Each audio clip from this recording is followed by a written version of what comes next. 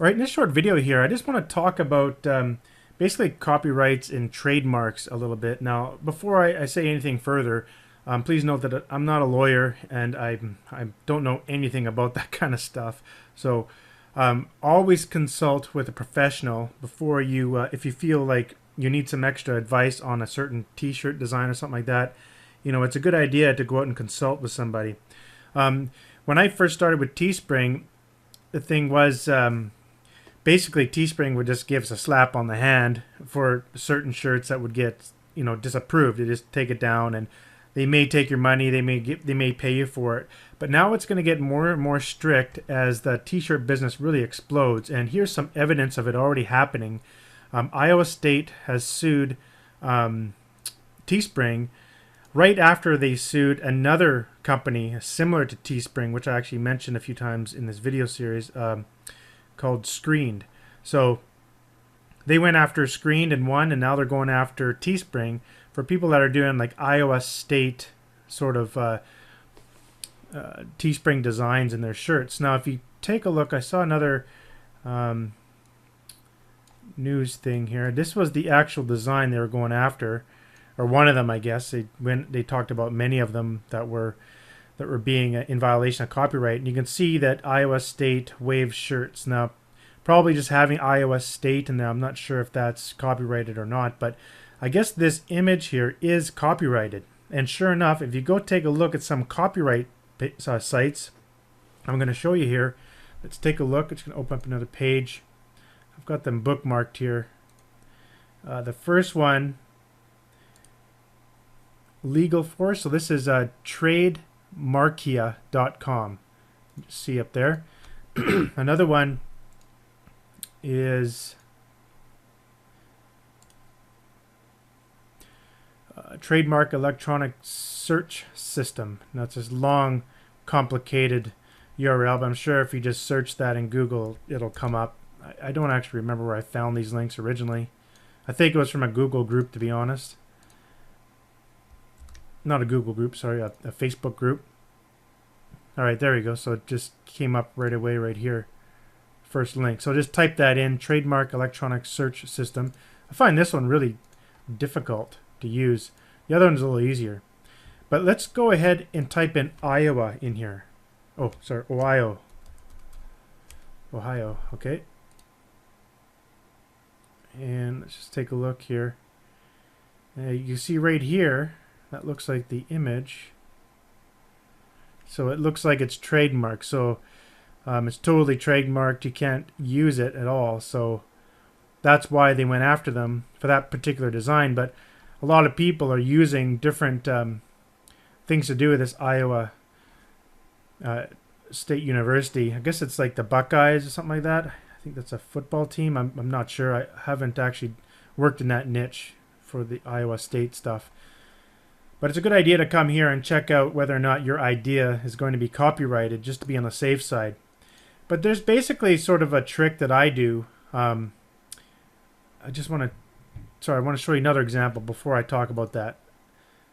Another one was this beast mode. I saw it pop up in one of the groups here today. Someone was talking about the word beast mode, and you could see a lot of sorry for the crude language there on that one. A lot of shirts showing beast mode here. I just did a quick search on Google to find it. I just did this. I went site : Teespring space, and inside of the double quotes I put beast mode, and I found 117 campaigns that are either selling it or were selling it. They're still live there. Even though this says I still want it, you can technically still reserve your copy, and if it gets over 15, it'll actually be shipped and delivered. So these shirts are technically still live. But if you go on over to here again, let's check out and search for beast mode. You will notice that there's a ton of copyright stuff here. Let's just click on the first one, and you can see this was filed by Marshawn Lynch, which is a player, an NFL player on the Seattle Seahawks. So that's kind of where the whole term came from. I think it came from him. He coined it somehow. But you can see that now it is legally copyrighted. So you can't really use that on your shirts. Now I'm not sure like if it's like beast mode, and then with other words like born with beast mode turned on or something like that. I'm not sure if that full thing is, but that's something you'd want to be consulting with an expert. I'm not an expert at these things, so. But in any case, when I'm designing shirts, there's sort of a rule that I kind of go by. It's basically when you're sort of thinking, okay, yeah, I come up with a design. I'm like, well, you know what? I wonder if this is in violation. Just simply put yourself in the other position. Just think, okay, if I was the one that owned that actual logo, let's say I was doing a logo for, I don't know, the NHL for the Rangers, the New York Rangers, and I'm looking at the logo, and all you got to do is just think of it like this. Just put yourself in a position of, let's say, for example, you owned the entire New York Rangers. You owned it. You own that logo. It's your product, right? And you use that product in order to make money, because everyone that's involved in hockey will know what the New York Rangers logo looks like, and they use that as their brand, and that's what brings in interest and basically business into that company. It is a product.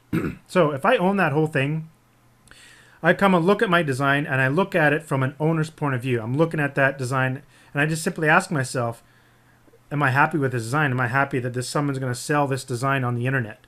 And nine out of 10 times, you're going to be like, no way. If I owned the Rangers, and if I saw that logo on a shirt, I'd go after you.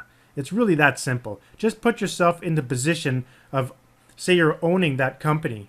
Would you want that out on a t-shirt? If you said no, then just don't do it. It's really that simple.